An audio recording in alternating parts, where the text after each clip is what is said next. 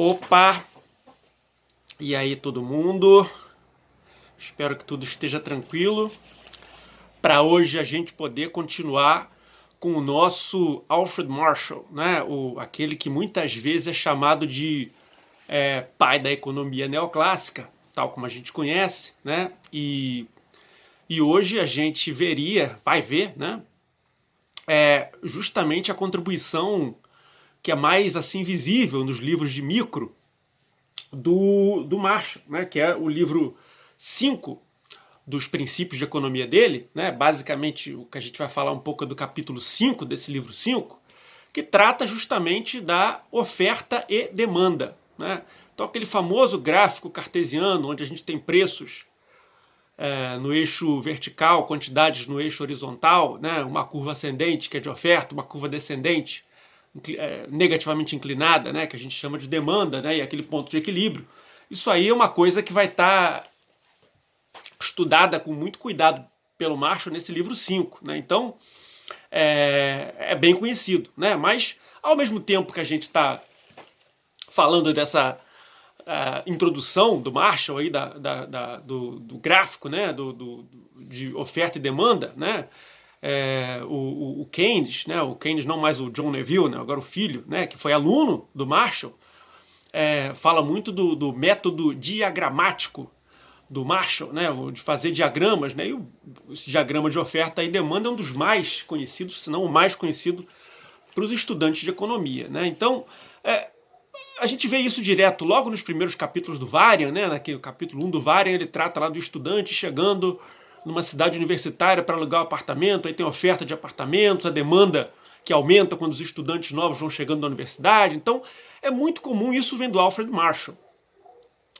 Por outro lado, né, a gente está sugerindo aqui uma leitura do Marshall que mostre não apenas, né, o Marshall inventou a oferta e demanda, ponto, né? Porque isso aí ficaria uma leitura apenas, além de superficial, que pressupõe que o Marshall estava falando basicamente só aquilo e o resto que estava em volta do que ele estava falando de oferta e demanda não é mais necessário, né?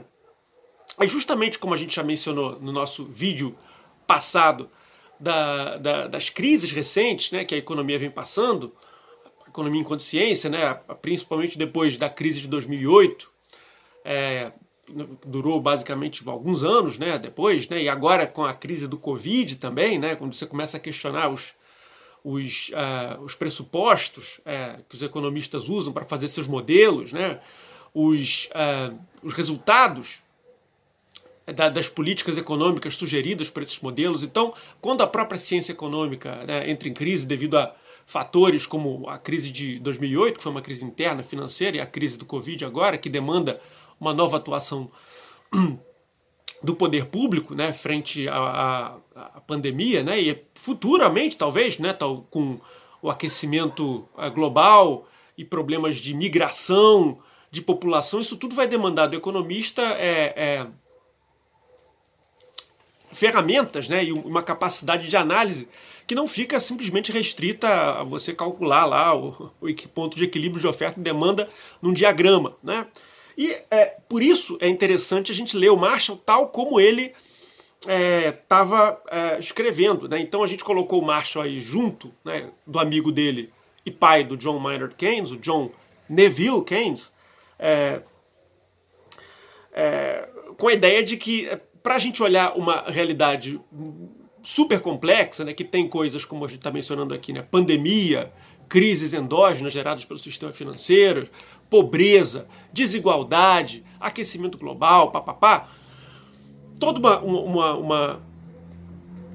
uma realidade complexa dessa precisa aquilo que o Marshall vai colocar lá no livro 1, que a gente leu, de senso comum treinado. Quer dizer, a gente tem que, dado um fenômeno complexo, né, quer dizer, alguém que está desempregado por causa da pandemia e que não tem como sustentar seus filhos por causa da desigualdade, porque a gente não tem uma política pública ou uma política fiscal que permita isso. Então, quer dizer, é um fenômeno complexo que envolve questões políticas, de saúde, sociais, a questão da desigualdade. Então o Marshall está absolutamente ciente de que essa é uma questão, é uma bola levantada lá pelos alemães, pelo Gustav von Schmoller, como a gente já falou aqui, né, muitas vezes, na questão da batalha dos métodos, né? Quer dizer, a economia deve ser entendida dentro de um todo social ou pode ser entendida como o Menger, o austríaco, falava, né, separadamente, né? Então, ao mesmo tempo, como é que a economia pode demandar uma universalidade, né, se ela sempre é feita a partir de um local específico, de um país específico, de uma população específica, né? Essa é a questão lá dos nossos queridos professores da UFMG com o texto deles, né, Nações e Estilos de Economia Política, que a gente viu já no comecinho, lá para abril, eu acho que a gente falou desse texto, né? Então, o Marshall está absolutamente ciente disso, ele está conversando com o John Neville Keynes, que busca, do lado inglês, resolver esse problema entre o universal e o particular da batalha dos métodos, né? E tem um monte de problemas, como a gente já falou, né? A gente corre o risco de cair em várias falácias, que a gente já mencionei na aula passada, não vou repetir, mas se você adota a postura de que a gente deve, de que a economia deve partir de leis, mesmo que essas leis sejam sociais e complexas, né, não sejam como as leis da física, mesmo assim, né, é difícil a gente identificar as condições em que aquelas leis funcionam para fazer uma dedução correta, né?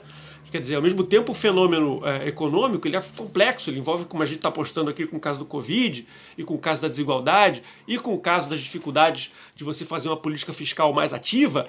Todos esses problemas envolvem questões sociais, políticas, econômicas, de saúde, provavelmente ambientais no futuro. Então, essa é a questão que a gente tem que enfrentar com o senso comum treinado do Marshall, né? Ou seja, o Marshall, ao contrário do Menger, né, e aí seguindo a linha do Jevons, até porque o Marshall, na verdade, era formado em matemática, né, embora não usasse, né, eu pedi para vocês lerem aí os princípios dele, né, o livro 1, o livro 3, como a gente já viu aqui, os princípios não têm muitas contas, né, isso ele bota tudo no apêndice, né, as continhas, porque ele acha que a economia deve ficar ligada ao concreto, a gente não pode se perder em modelos puros de abstração matemática, né?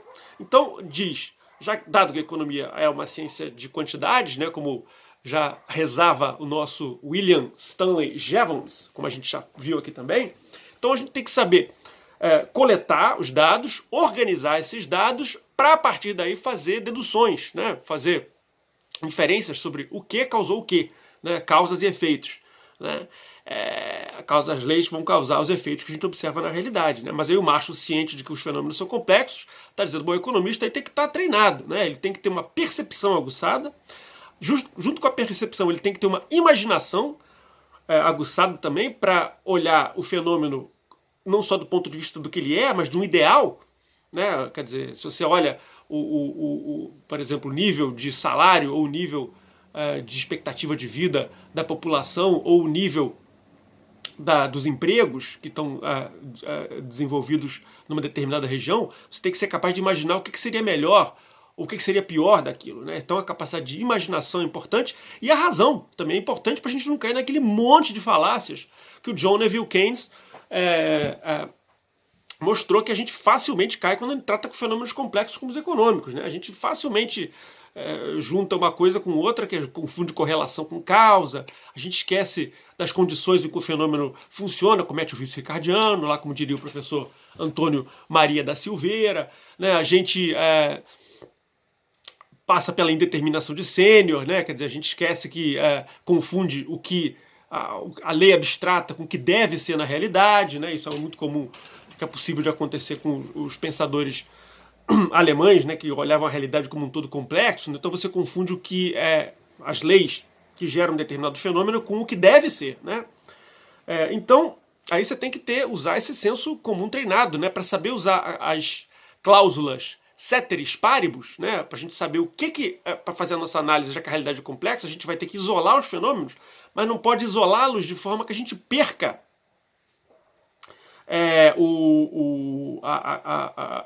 a dinâmica dele, né? A dinâmica processual dele, né?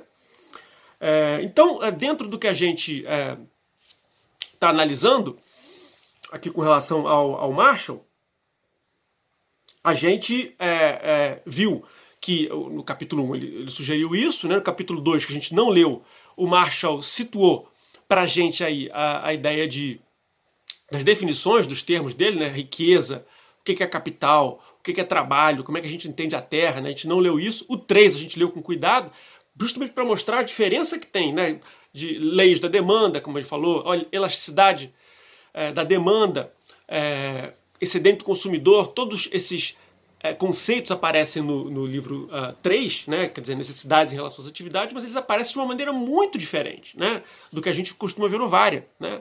A gente mostrou que, por exemplo, para o Marshall,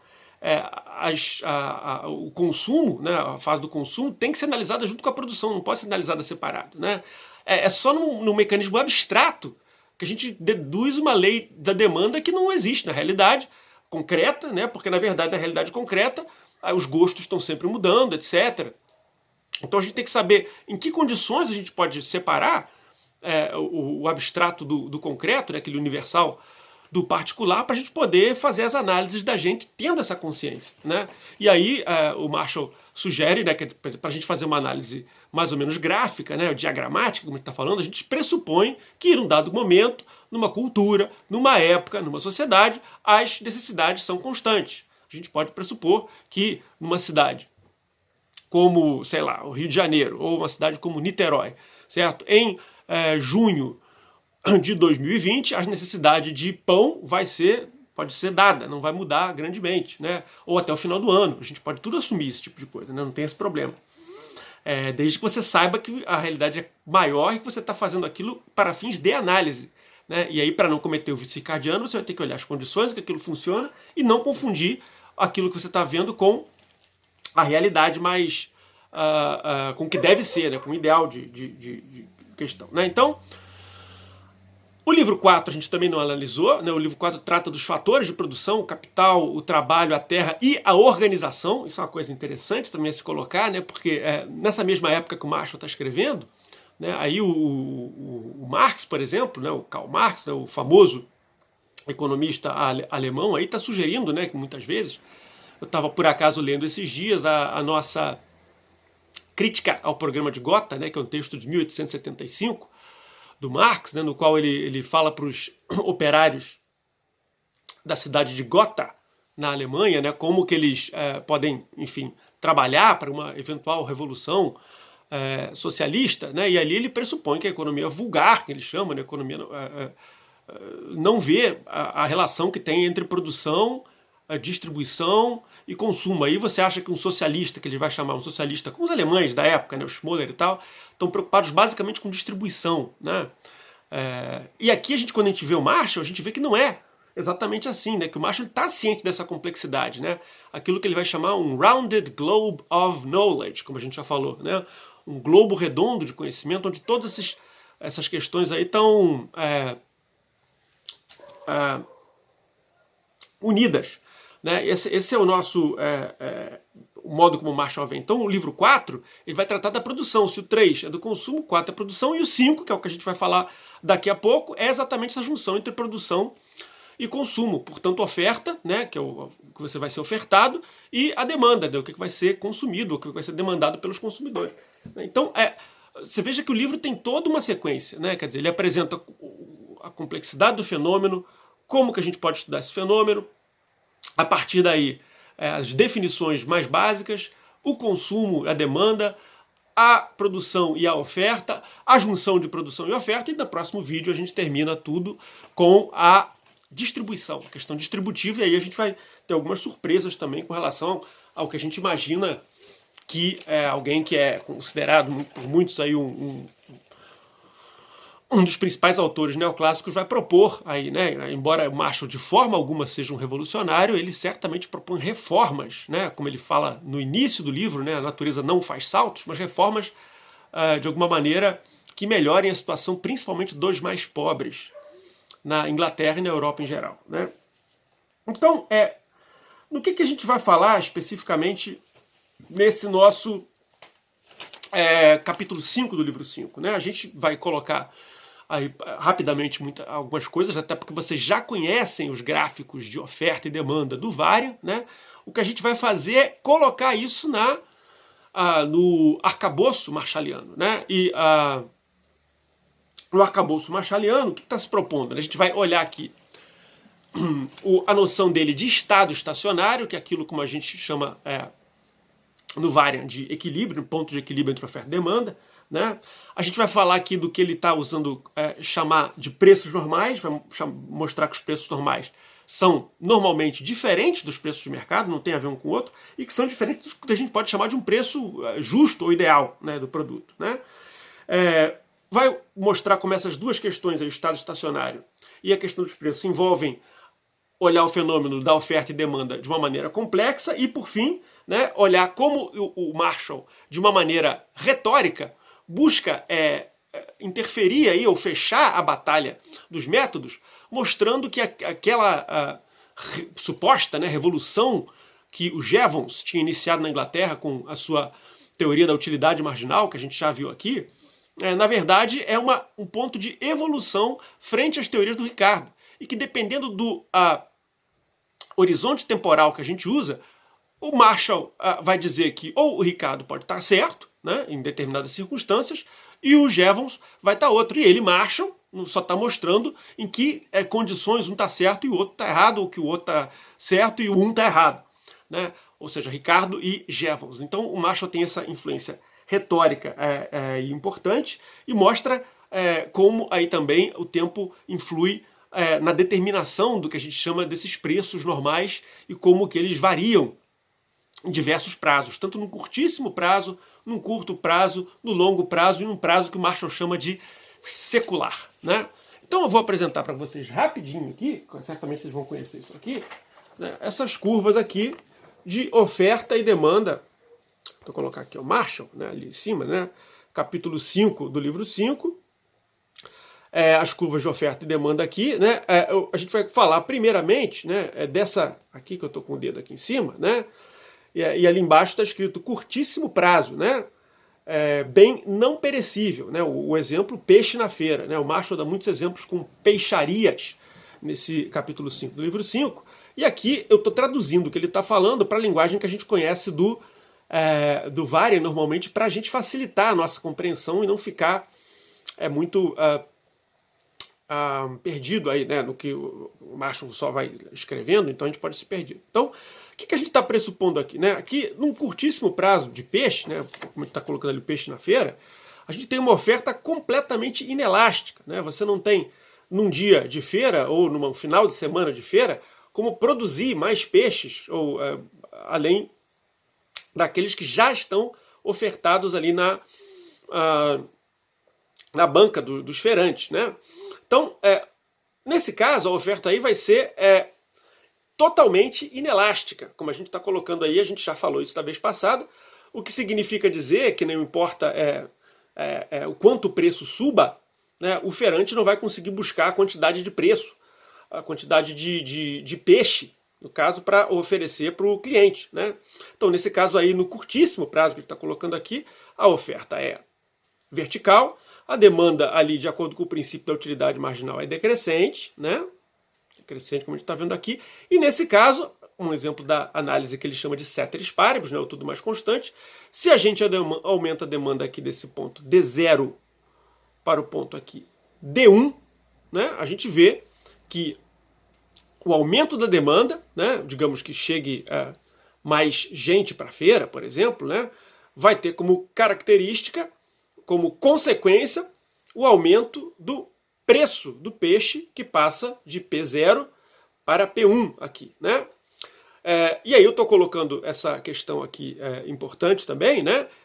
Está colocada aqui em cima, vale a teoria dos preços da utilidade marginal do Jevons. Então ele está dizendo aqui, em casos como esse, né, onde a oferta é de bens perecíveis, muito inelástica no curto prazo, né, no curtíssimo prazo, Jevons tem razão.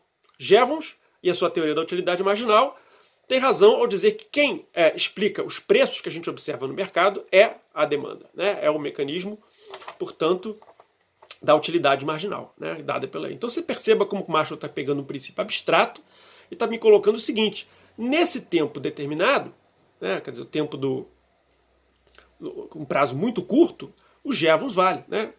A teoria do Jevons vale, né? O outro ponto interessante de se colocar aqui é esses pontos aqui que a gente chama de ponto de equilíbrio, mas que o Marshall vai chamar de estado estacionário, né? Eu vou até colocar aqui no outro gráfico, já passando aqui, ó, esse Ezinho aqui, né? Estado estacionário, né? É aquilo que a gente chama de ponto de equilíbrio, né? E dá a impressão que está tudo parado, né? Quer dizer, ponto de equilíbrio, ninguém se mexe. O Marshall vai colocar no livro que não é verdade isso, né? No ponto de equilíbrio, tudo continua se mexendo, né? Quer dizer, muitas pessoas continuam comprando, muitas pessoas continuam vendendo, alguns estão entrando no mercado, outros estão saindo do mercado, alguns compram mais peixe, outros deixam de comprar peixe. Ou seja, é um produto dinâmico, né? Mas o que o Marshall quer dizer é que as forças tendenciais, né, que atuam tanto na oferta do bem em questão quanto na demanda, elas estão se sobressaindo com relação a outras forças que atuam, que são menos comuns, né? Então, por exemplo, né, quer dizer, as forças, só para a gente talvez fazer um exemplo climático, para a gente colocar, certo? É muito mais comum que as frentes frias apareçam, no nosso caso aqui no Brasil, que a gente está na fase do inverno agora, né? Nos meses de junho, julho, agosto, né? Até setembro, né? O inverno vai até setembro para a gente. Então é muito mais comum frentes frias virem nessa época, né? Ou seja, a frente fria é aquilo que o Marshall vai chamar de normal, certo? Esse normal é uma coisa importante a se colocar, porque não significa dizer que é necessariamente um preço de mercado competitivo. Ele não está colocando isso, né? Também não significa dizer que é um preço justo. Isso é outra coisa importante de se colocar, como a gente já falou. Tudo que o Marshall está dizendo dada, atenção para a questão da complexidade, dada as condições sociais, morais, tecnológicas daquela comunidade onde a gente está estudando, certo? Esse ponto sinaliza um conjunto de forças que atuam que se sobrepõem a outras forças, né? Então, no inverno, no nosso caso, as forças que empurram, né? No caso, as massas de ar, as pressões, né? Atmosféricas que fazem as massas de ar frio se deslocarem para cá se sobrepõem às forças que mantêm o clima quente nessa época, né? Então, aqui é o exemplo do que a gente está tentando colocar como um estado estacionário, né? E nesse estado estacionário aqui, né? Esse exemplo aqui, o Ezinho, aqui tem outro ponto aqui, estado estacionário, aqui é um estado estacionário, onde a oferta encontra demanda, não é um simples ponto de equilíbrio que está tudo parado, certo? É um ponto complexo, onde a gente, por simplificação, mas muito ciente dessa simplificação, a gente está parando as coisas para tentar fazer uma análise do tipo ceteris paribus, né? Ver o que acontece. Dessa maneira aqui, é o mesmo caso aqui embaixo, né? A gente pode imaginar aqui o curto prazo com a possibilidade de fazer estoque, né? Se eu posso estocar um determinado produto, por exemplo, se eu tiver uma imensa geladeira para dar conta das variações na demanda para peixe, eu tenho aqui agora que a oferta é completamente elástica e nesse caso vale aqui a teoria do Ricardo. A demanda aqui, se você for olhar, pode aumentar e não tem influência nenhuma sobre o nível de preços. O nível de preços fica constante, porque eu posso aumentar a quantidade que está guardada em estoque, né? Percebam aí como é que o tempo está fazendo uma diferença, né? Quer dizer, um peixe no curtíssimo prazo, no final de semana de feira, não pode ter esse tipo de coisa, né? Esse tipo de comportamento de preço. Mas se eu aumento um pouco o prazo e consigo armazenar um produto, não precisa nem ser peixe, pode ser um produto qualquer, nesse caso já a lei do nosso Jevons deixa de valer e vale o princípio do Ricardo, né? Então aqui eu estou colocando, né? O que vai acontecer é um argumento retórico, né? Sobre a evolução da HPE, da história do pensamento econômico, aqui dentro da batalha dos métodos, né? Dentro da batalha. E, portanto, o Marshall está dizendo, olha, não briguem, meus caros Jevons e meu caro Ricardo, né? Que tudo que a gente que tem que olhar é o horizonte temporal em que a lei funciona, né? Então, nesse caso aqui, funciona Jevons. Nesse caso aqui, funciona Ricardo, né? E basta a gente olhar o tempo e a característica do produto em questão, né? Sempre lembrando que a gente está olhando para fenômenos complexos e que, portanto, esse estado estacionário aqui envolve questões aqui econômicas, sociais, morais, políticas, que estão supostas aí constantes para a gente poder fazer análise. Mas a gente nunca pode deixar de ter isso em mente, né? Para finalizar, a gente vai aí colocar a famosíssima curva que vocês já conhecem aqui, né? Que eu coloquei no longo prazo, né? Que o Marshall está chamando né, onde a gente tem rendimentos decrescentes de escala, né? A nossa curva de oferta ali já não é nem mais infinitamente elástica, nem perfeitamente inelástica, mas ela é crescente devido ao fato da gente ter rendimentos decrescentes de escala, né? Por isso ela tem inclinação positiva, né? Então o que a gente está colocando aí, né? Nesse ponto aí o Marshall retoma a análise que a gente conhece aí lá do Varian, de que no que ele está chamando de longo prazo, né? Quer dizer, mas num período longo, a gente pode aumentar a produção de peixe, vamos dar por exemplo, mas vamos colocar assim, cada parte do oceano extra que a gente usa para aumentar a nossa produção de peixe vai demandar mais custos. E isso vai fazer com que o preço aumente, né? Quer dizer, se eu tenho que navegar mais longe para poder catar mais peixe, e esse lugar é mais incerto de ter peixe, a gente vai ter aí uma situação em que não necessariamente a gente vai ter o mesmo custo anterior. Provavelmente o custo vai aumentar porque a gente tem rendimentos decrescentes de escala nesse caso aqui, né? E aí o Jevons, o Marshall vai colocar nesse gráfico aqui tão conhecido da gente toda essa análise, né, que a gente vai conhecer aqui, chamar de tesoura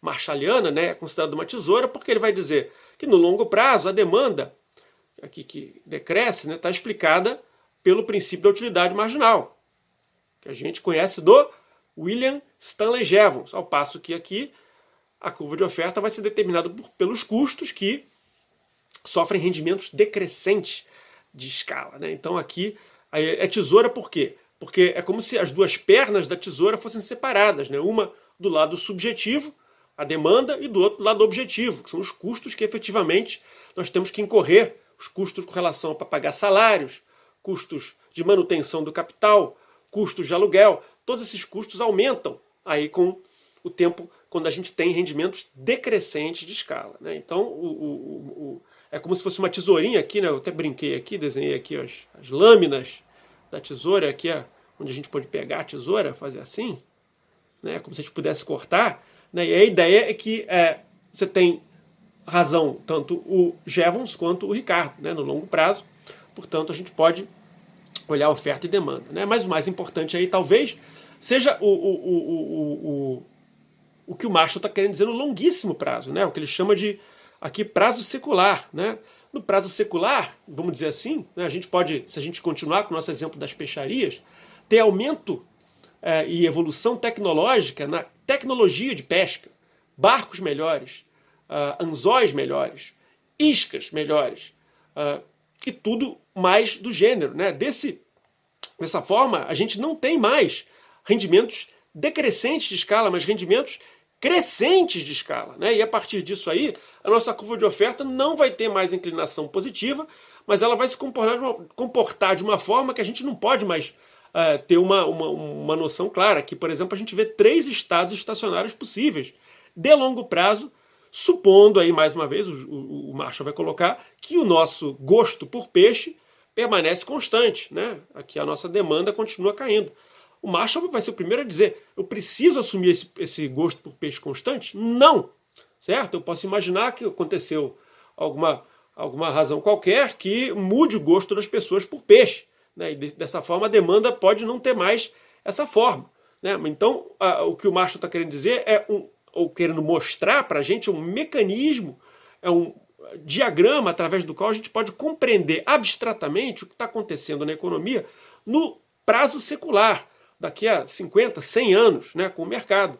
Quer dizer, o que ele vai dizer e observar é que se os gostos por peixe continuarem constantes, no longo prazo o preço do peixe tende a cair devido à variação e evolução tecnológica, né, que vai fazer esse preço diminuir, né? Então, aqui embaixo eu coloquei a observação para vocês, né, não confundir esse preço normal, que é o preço que todas essas tendências que atuam, né, na formação do preço, né, tanto tendências de ordem física, né, tecnológica, quanto questões de ordem moral, né, pode imaginar aí sei lá, uma coisa que era moralmente aceita num período passado que não é mais aceita hoje, ou vice-versa, né? Digamos, o consumo de mini saias para mulheres era alguma coisa complicada nos anos 50 e 60, mas deixou de ser complicado a partir dos anos 70, por exemplo, certo? Então uma mudança aí você vai ter um preço normal das mini saias devido a esse fator, que pode ser um fator moral, né? Além de todos os fatores que podem colocar. E o Marshall está chamando isso de preço normal e está dizendo isso não tem nada, não é necessariamente ligado ao preço de mercado, né? O preço de mercado é o preço que funciona no mercado, quer dizer, competitivo. Não necessariamente uma coisa tem a ver com a outra, né? O preço do mercado competitivo não necessariamente obedece ao preço normal, né? E por fim, o preço do mercado competitivo também não pode ser equivalente ao preço justo do produto, né? Mais uma vez, no exemplo que, se eu não me engano, já falamos aqui, se o salário no mercado pós-escravocrata, né, pós-escravidão, é um determinado muito baixo, né, no mercado, isso não quer dizer que esse preço do salário do trabalhador ex-escravo no mercado seja um preço necessariamente justo. Para a gente dizer se ele é justo ou se não é justo, a gente tem que ter um ideal, a gente tem que ter uma ideia ou daquilo que a gente gostaria que fosse, para aí poder comparar o preço aqui que a gente está chamando de preço justo, aqui no cantinho, com o preço de mercado, de uma determinada mercadoria, no caso. A gente está tratando aqui de força de trabalho, né? E, ao mesmo tempo, identificar quais são as tendências que fazem aquele preço a prevalecer no mercado, num determinado mercado, né? Então aqui estão os 4 gráficos onde a gente mostra a importância do tempo para o Marshall, né? Então o Marshall vai usar esses 4 gráficos aí para mostrar como, desde o curtíssimo prazo ao curto, ao longo e ao secular, a gente vai ter influências divergentes, tanto na oferta quanto na demanda, a questão da tecnologia, dos retornos crescentes e decrescentes de escala, que vão influenciar na formação do preço dos produtos, né? E aí é o jeito que o Marshall está lidando com essa realidade super complexa, né, da economia que ele está vivendo nesse período, né? Vamos parando por aqui e no próximo vídeo a gente termina o Marshall falando aí dessa questão distributiva, que é o livro 6. E aí a gente parte depois para falar um pouco da influência de toda essa batalha dos métodos, dessa questão metodológica na discussão brasileira. E aí a gente fecha a primeira parte do curso, tá? Valeu, gente!